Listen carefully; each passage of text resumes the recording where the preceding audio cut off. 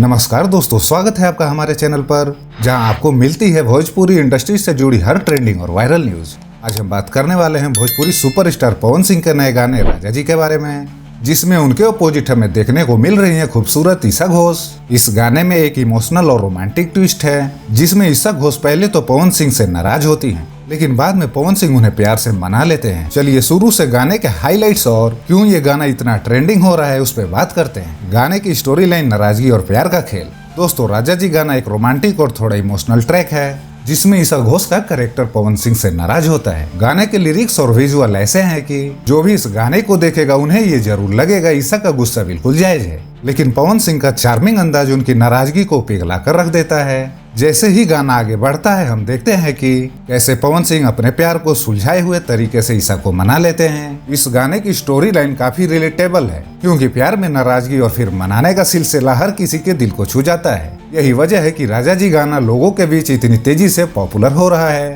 पवन सिंह का रोमांटिक अंदाज। भोजपुरी सिनेमा के पावर स्टार पवन सिंह को उनकी स्ट्रॉन्ग और दबंग इमेज के लिए जाने जाते हैं, लेकिन इस गाने में उनका एक सॉफ्ट और रोमांटिक रूप देखने को मिलता है, जो उनके फैंस को काफी पसंद आ रहे हैं। पवन सिंह का ये रोमांटिक अवतार उनके फैंस के लिए एक फ्रेश चेंज है, और ऐसे गाने उनके वर्सैटिलिटी को भी हाईलाइट्स करते हैं। अब बात करते हैं ईशा घोष की, जो इस गाने में उन्होंने एक नाराज और हर्ट लड़की के रोल को काफी बढ़िया तरीके से निभाया है। ईशा का फेस एक्सप्रेशंस और उनकी बॉडी लैंग्वेज परफेक्टली मैच करते हैं गाने के मूड से। जब वो पवन सिंह से नाराज होती हैं तो उनका गुस्सा बिल्कुल रियल लगता है, और जैसे ही पवन सिंह उन्हें मनाते हैं, उनका पिघलना और उन्हें माफ करना काफी स्वीट और नेचुरल लगता है। इस गाने का परफॉर्मेंस और इस गाने का हाइलाइट्स है। ईशा का परफॉर्मेंस इस गाने का हाइलाइट्स है, और उनकी पवन सिंह के साथ वन स्क्रीन केमिस्ट्री ने गाने को और भी एंगेजिंग बना दिया है।